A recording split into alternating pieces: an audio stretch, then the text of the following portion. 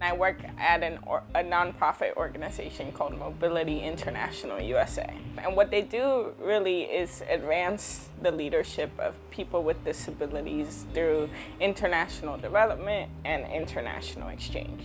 Dominicana Johileny Meran, who has cerebral palsy, never thought she would have a career in international exchange or even study abroad when she was in college. I would go to these information sessions on study abroad, and I would learn about what it meant like to be a person of color going abroad, what it meant like to be a low-income student going abroad. And then at the end of those sessions, I would always ask, okay, well, I have a disability.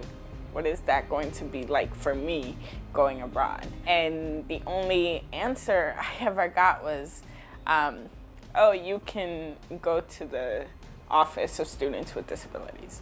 But the Office of Students with Disabilities would tell me, oh, you can go to the study abroad office. They'll tell you that they're experts in that. So it became like a bouncing ball of trying to figure out information.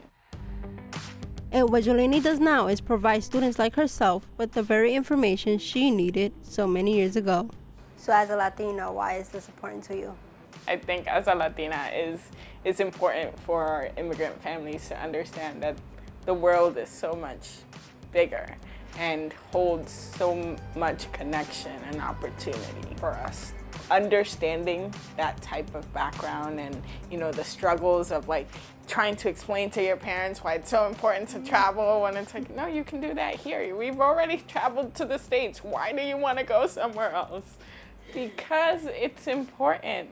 When Johileny studied abroad in London back in 2018, she created a pamphlet for other disabled students so that they too could experience the city the same way she did. I very much focused on different theaters and how they were accessible for me. As a manual wheelchair user, I described a little bit of how public transportation is accessible, so the bus versus the tube, which is the equivalent of the subway. And so I learned a lot about access in a particularly old city because there's a lot of steps, there's a lot of cobblestone and things. And so what I learned about was really that even though access doesn't look the same, it doesn't mean that it's not there. Although Johileny now advocates for the disabled community when it comes to travel, she is also a well-rounded leader who pays it forward for others with disabilities. I'm actually a mentor for a new organization that's called Disability Empower Network, and I mentor a young girl with a disability. Last year, I worked on a project with a different nonprofit organization to fundraise for a young disabled kid in Dominican Republic. The funds that we were able to raise got him a wheelchair, also got him a tablet and additional educational games to keep him encouraged and engaged. So do you have any advice for people like myself that have body limitations and their body is constantly reminding you have to slow down a bit? The important part is to really focus on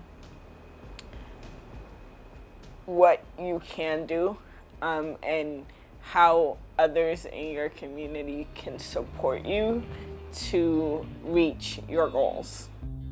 For Latinas, I'm Ashley Castillo.